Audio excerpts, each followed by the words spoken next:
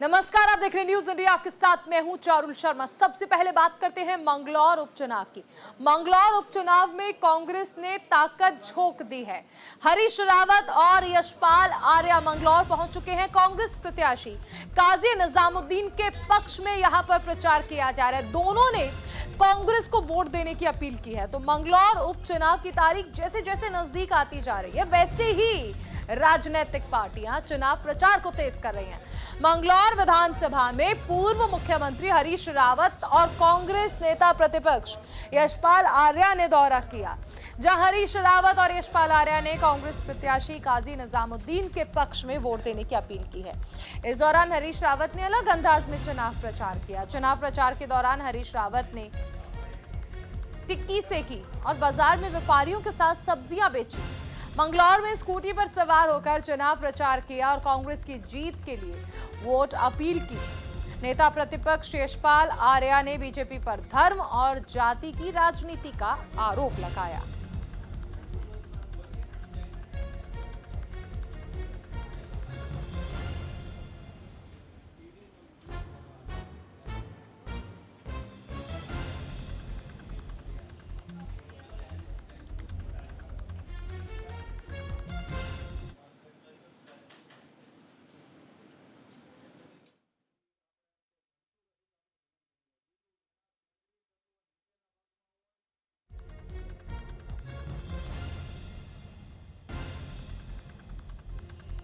बहुत अच्छा माहौल है, बहुत उत्साहपूर्ण माहौल है और ऐसा माहौल है, ये माहौल मेरी ऊपर वाले से इल्तिजा है, भगवान से प्रार्थना है कि ये माहौल चुनाव तक बना रहे।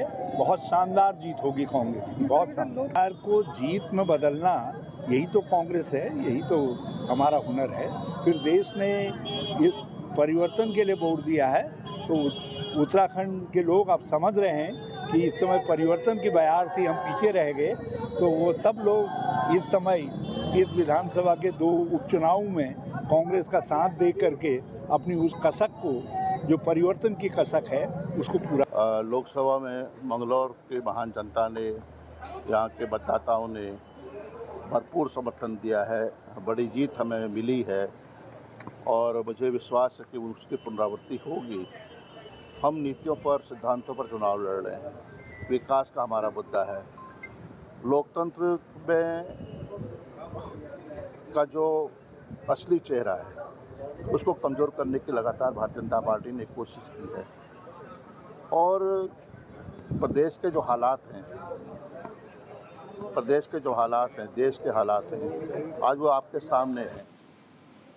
वहीं महिलाओं को सहकारी समिति में आरक्षण से जुड़ी बड़ी खबर। प्रबंध समिति में महिलाओं को 33% आरक्षण। बीजेपी का धामी सरकार को आभार। प्रदेश महामंत्री आदित्य कोठारी ने आभार व्यक्त किया है। धामी कैबिनेट में दरअसल मंजूरी मिली थी इसे। सीएम पुष्कर सिंह धामी की अध्यक्षता में हुई बैठक में 12 प्रस्तावों पर मोहर लगी, जिसमें राज्य की सहकारी समितियों की प्रबंध समिति में महिलाओं को 33% आरक्षण दिए जाने को लेकर प्रस्ताव पास किया गया, जिस पर बीजेपी के प्रदेश महामंत्री आदित्य कोठारी ने सरकार का आभार व्यक्त किया और बीजेपी को महिलाओं के प्रति संवेदनशील बताया। तो महिलाओं को 33% आरक्षण पर आभार व्यक्त किया गया है। भारतीय जनता पार्टी ने महिला शक्ति के सशक्तिकरण का लगातार काम करती आई है।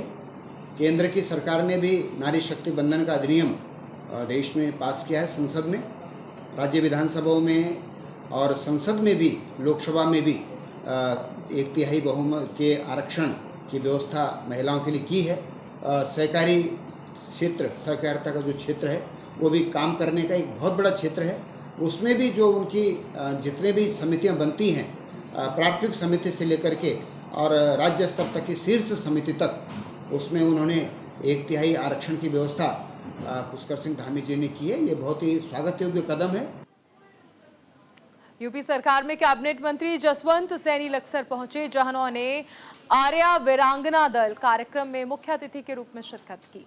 इस दौरान उन्होंने यूपी सरकार में हुए काम को गिनवाया और बीजेपी की सराहना की।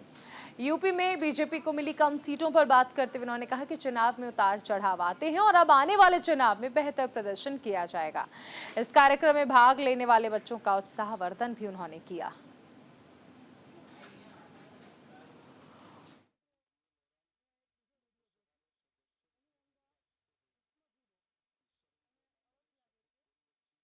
अच्छी कानून व्यवस्था है। उत्तर प्रदेश में सबसे अच्छी सड़कें हैं, बिजली 24 घंटे बिजली की उपलब्धता है। तो उत्तर प्रदेश ये 5 वर्ष में पूज्य योगीनाथ जी महाराज के नेतृत्व में उत्तम प्रदेश बना है और सर्वोत्तम प्रदेश बनने की दिशा में अग्रसर है। आज ये वीरांगना ये शिविर हरिद्वार के इस विद्यालय में किया गया। मैं बच्चों को बहुत बहुत शुभकामनाएं देता हूँ, बधाई देता हूँ कि उन्होंने या बहुत अनुशासन में रह कर के इस शिविर में भाग लिया और यहाँ से जो सीख करके गए उसे अपने जीवन में उतारें। आज श्यामा प्रसाद मुखर्जी का बलिदान दिवस है। मंगलौर में बलिदान दिवस पर संगोष्ठी आयोजित कार्यक्रम में कैबिनेट मंत्री रेखा आर्या शामिल हुई। रेखा आर्या ने श्यामा प्रसाद मुखर्जी को श्रद्धांजलि दी। मंगलौर के गुरुकुल नार्सन इंटर कॉलेज में डॉक्टर श्यामा प्रसाद मुखर्जी के बलिदान दिवस पर संगोष्ठी का आयोजन हुआ, जिसमें उत्तराखंड सरकार की कैबिनेट मंत्री रेखा आर्या ने शिरकत की। इस मौके पर उत्तराखंड सरकार की महिला एवं बाल विकास मंत्री रेखा आर्या ने डॉक्टर श्यामा प्रसाद मुखर्जी के चित्र के सामने पुष्प अर्पित कर श्रद्धांजलि दी।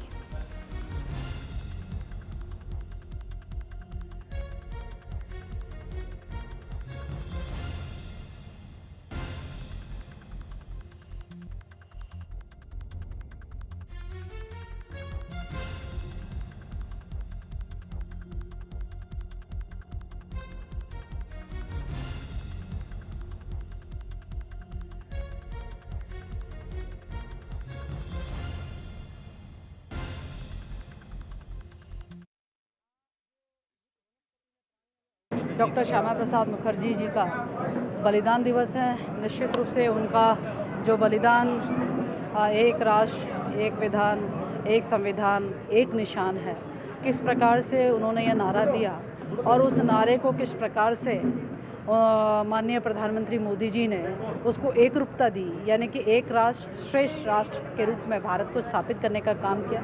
जम्मू कश्मीर में धारा 370 हटाकर इसको चरितार्थ करने का काम किया।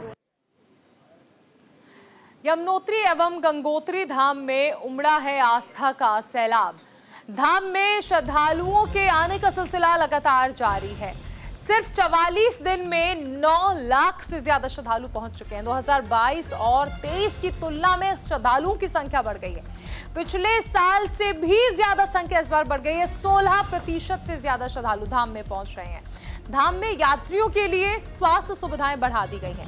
यमुनोत्री और गंगोत्री धाम में इस वर्ष आस्था का ऐसा प्रवाह देखा जा रहा है कि पिछले 2 सालों का रिकॉर्ड टूट गया है। केवल 44 दिन में 9 लाख से ज्यादा श्रद्धालुओं ने दर्शन कर एक नया कीर्तिमान स्थापित कर दिया है। 10 मई को यमुनोत्री और गंगोत्री धाम के कपाट खुलने के साथ इस बार 44 दिनों के अंदर रिकॉर्ड संख्या में 9,01,758 यात्रियों का आगमन हो चुका है, जबकि इन दिनों में ही धाम में 44 दिनों में 2022 में 6 लाख से ज्यादा और साल 2023 में 7 लाख से ज्यादा तीर्थयात्री पहुंचे थे।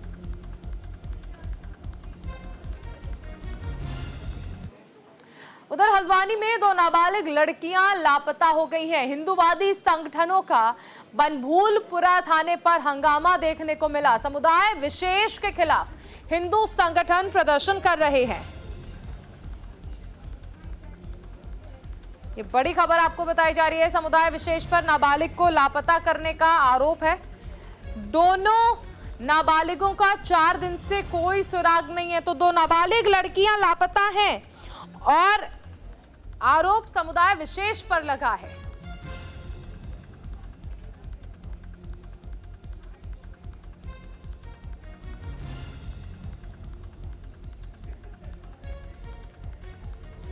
हिंदू संगठन प्रदर्शन कर रहे हैं।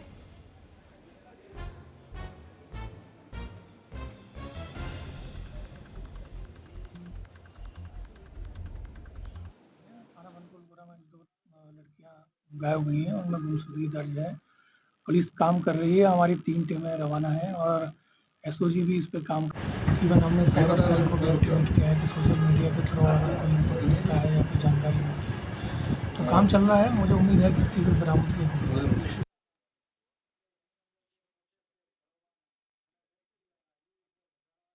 हो गए हमारे हिंदू समाज की बच्चियों को गए हुए और पुलिस प्रशासन सिर्फ 4 दिन से आश्वासन दे रहा है और एसएसपी जो कप्तान है यहाँ के, उनके कान में जू नहीं रेंग रही है। अगर यही मामला अगर अदर साइड होता तो एसएसपी, डीजीपी, डीआईजी सब भाग रहे होते। तो हम कप्तान साहब से ये पूछने आए हैं कि भाई आप पुलिस कप्तान हैं, इतना गंभीर मामला हो गया है, एक बार भी आप हल्द्वानी में आए नहीं, तो आज हम कप्तान कार्यालय इसलिए आए हैं कि कप्तान से हम जवाब मांगेंगे। अगर समय 3 बजे का हमने समय दिया है प्रशासन को, अगर 3 बजे तक कप्तान नहीं आते हैं तो आज हम कप्तान का पुतला भी दहन करेंगे और जो भी अगर आवश्यकता पड़ी हिंदू समाज को अपनी बच्चियों के लिए लाने के लिए, वो हम पूरी तरीके से करने के लिए तत्पर हैं। लक्सर पुलिस का एक बड़ा एक्शन, लूट के मामले में 2 आरोपियों को गिरफ्तार किया गया है। घटना का सीसीटीवी फुटेज भी सामने आ गया है। लक्सर के महेश्वरी गांव में एक युवक से 4,500 रुपए की नकदी लूट के मामले में पुलिस ने एक्शन ले लिया है। युवक से स्कूटी पर सवार 2 युवकों ने धोखाधड़ी कर लूट की। मामले में युवक ने एफआईआर दर्ज कराई थी, जिसमें पुलिस ने लुटेरों के खिलाफ कार्रवाई करते हुए सीसीटीवी खंगाला। पुलिस ने 2 आरोपियों को गिरफ्तार किया है। आरोपियों के कब्जे से छीनी गई नकदी बरामद कर ली गई है।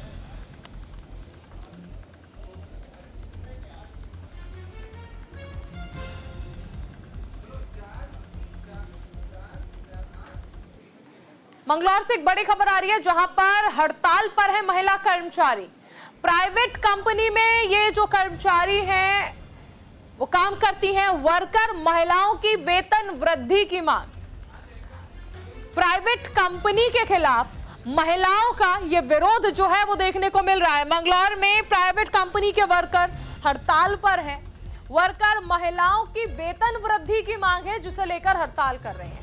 उनका कहना है कि उन्हें 5.25 रुपए प्रति कार्टून पैकिंग के दिए जाते हैं और उनकी मांग 6 रुपए की है। इसके अलावा उन्होंने निचले अधिकारियों पर भी आरोप लगाए और उनकी आवाज को बुलंदता से उठाने का आह्वान किया। प्रदर्शनकारी महिलाओं ने अनिश्चितकालीन हड़ताल की बात कही।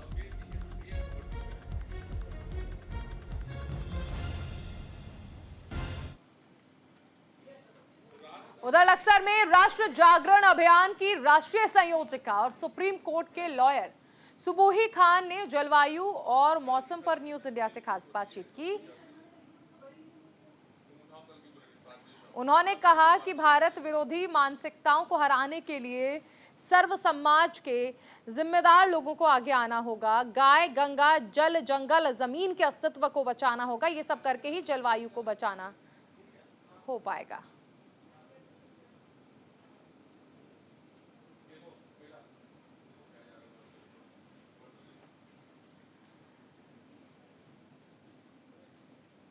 चलिए एक बड़ी खबर आपको बता दें, उत्तराखंड में प्री मॉनसून ने दस्तक दे दी है। कई जगह पर बारिश का दौर शुरू हो गया है।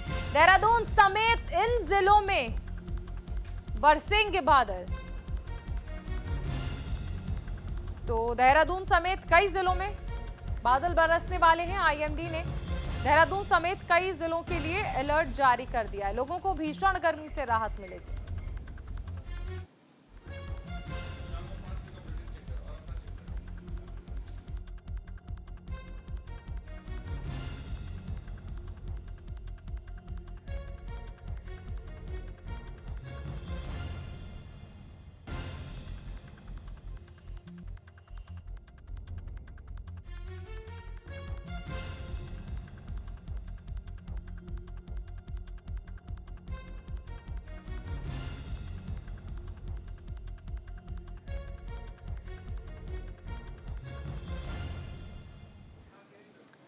चलिए एक बड़ी खबर, हरिद्वार में मौसम का मिजाज बदल गया है। लोगों को भीषण गर्मी से राहत मिली है। तेज हवाओं के साथ बारिश शुरू हो गई है। आईएमडी ने बारिश का अलर्ट जारी कर दिया है। बारिश से तापमान में गिरावट आ गई है। धर्मनगरी हरिद्वार में मौसम का मिजाज बदल गया है। भीषण गर्मी से लोगों को राहत मिल गई है। तेज हवाओं के साथ बारिश शुरू हो गई है। हरिद्वार में भीषण गर्मी से लोगों को राहत मिल गई है। बारिश के कारण तापमान में गिरावट आई है। पिछले हफ्ते जहां पारा 42 डिग्री सेल्सियस तक पहुंच गया था, अब तापमान 31 डिग्री सेल्सियस है। ये गिरावट न केवल आम नागरिकों के लिए बल्कि व्यापारियों और तीर्थयात्रियों के लिए भी राहत भरी खबर साबित हो रही है। मौसम का मिजाज बदल गया है।